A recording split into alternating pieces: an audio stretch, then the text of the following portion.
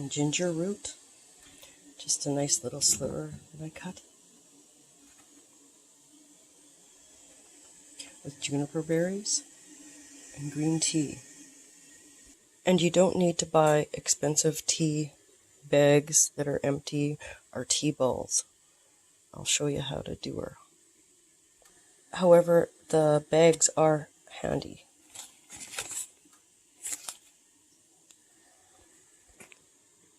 Yeah. Same as the fancy tea balls. And the steeping pots, which I really like those too. See, this one has a drainage area in the spout, so I like this one.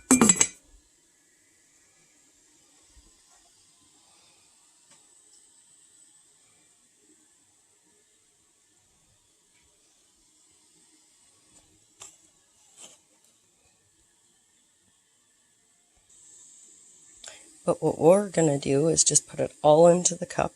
It's a fairly large cup. Juniper berries.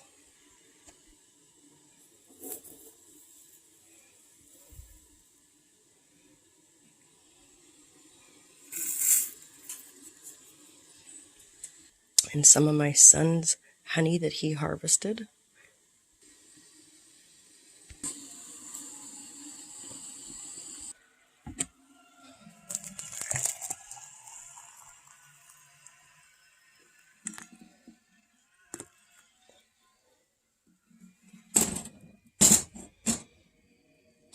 I'm going to let that steep for 8 to 10 minutes for stirring in the honey.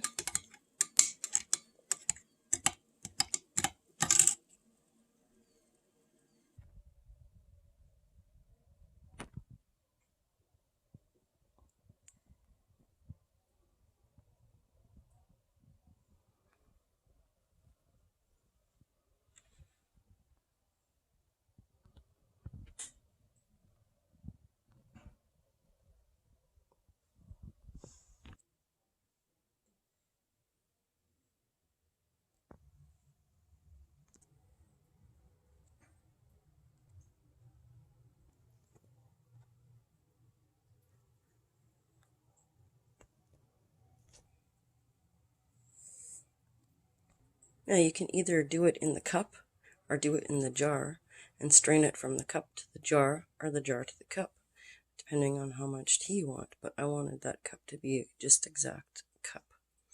So now we shall filter it. Oh no, what shall I do? I've got tea all over my cup. I'll wipe it out and throw this away and enjoy your cup of ginger green tea juniper berry with some honey or however you want to sweeten it. But the juniper berries are really good for your kidney and such, and don't cost a whole lot, as you can see. The green tea, that was a little bit more of an expense. This whole bag, which is a pound, was like about 20 bucks or something. I'm sure you can get less of it and still be all right if you want to keep your price down. I really like green tea, so, and this kind is a good kind. There are other good ones out there. And our friend the ginger, well, that's really good for any kind of arthritis, any kind of swelling and pain. It's good for all sorts of things. It's got antibacterial, antifungal, and antiviral properties in her. As for the green tea, it's great to fight your cancer cells as well. Oh yes, and let us not forget these kinds of tea brewers.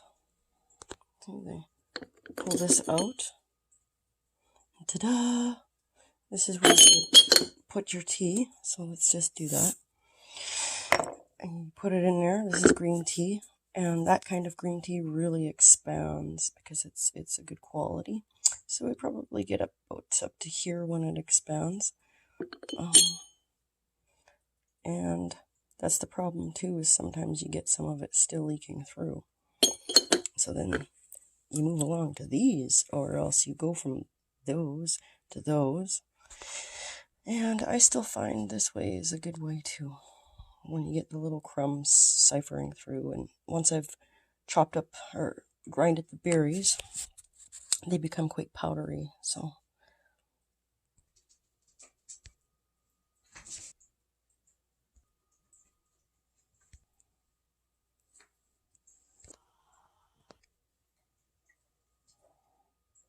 let it steep and remove.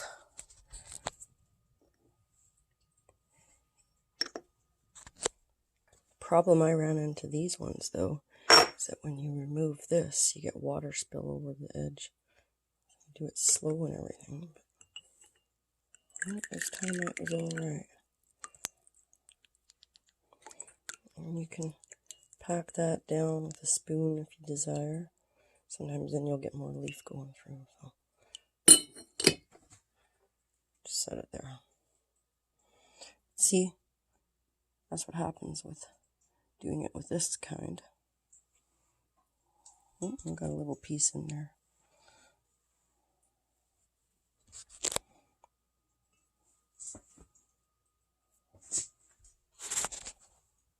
Yeah, I just dropped it in there when I was making the second cup.